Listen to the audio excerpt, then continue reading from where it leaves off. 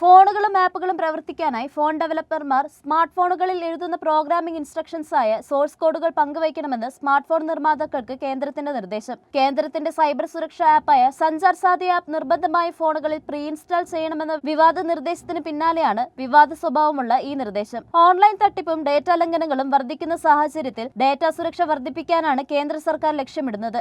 എന്നാൽ പ്രധാന സോഫ്റ്റ്വെയർ അപ്ഡേറ്റുകൾ സർക്കാരിനെ അറിയിക്കണമെന്നതടക്കമുള്ള 83 സുരക്ഷാ മാനദണ്ഡങ്ങളുടെ പാക്കേജ് സ്മാർട്ട് ഫോൺ നിർമ്മാതാക്കൾ തള്ളിയിട്ടുണ്ടെന്ന് വാർത്ത പുറത്തുകൊണ്ടുവന്ന് രാജ്യാന്തര വാർത്താ ഏജൻസിയായ റോയിട്ടേഴ്സ് റിപ്പോർട്ട് ചെയ്തു. ആഗോളതലത്തിൽ ഒരു രാജ്യവും ഇത്തരം സുരക്ഷാ മാനദണ്ഡങ്ങൾ നിർബന്ധമാക്കിയിട്ടില്ലെന്ന് ആപ്പിൾ, സാംസങ് പോലുള്ള വമ്പൻ കമ്പനികൾ ചൂണ്ടിക്കാട്ടി. സ്മാർട്ട് ഫോൺ നിർമ്മാതാക്കൾ അവരുടെ സോഴ്സ് കോഡ് സൂക്ഷ്മമായി സംരക്ഷിക്കുകയാണ് ചെയ്യാറുള്ളത്. 2014നും 2016നും ഇടയിൽ സോഴ്സ് കോഡുമായി ബന്ധപ്പെട്ട ചൈനയുടെ ആവശ്യവും ആപ്പിൾ നിരസിച്ചിരുന്നു. US ഏജൻസികളും സമാനമായ നീക്കം നടത്തിയെങ്കിലും പരാജയപ്പെട്ടു.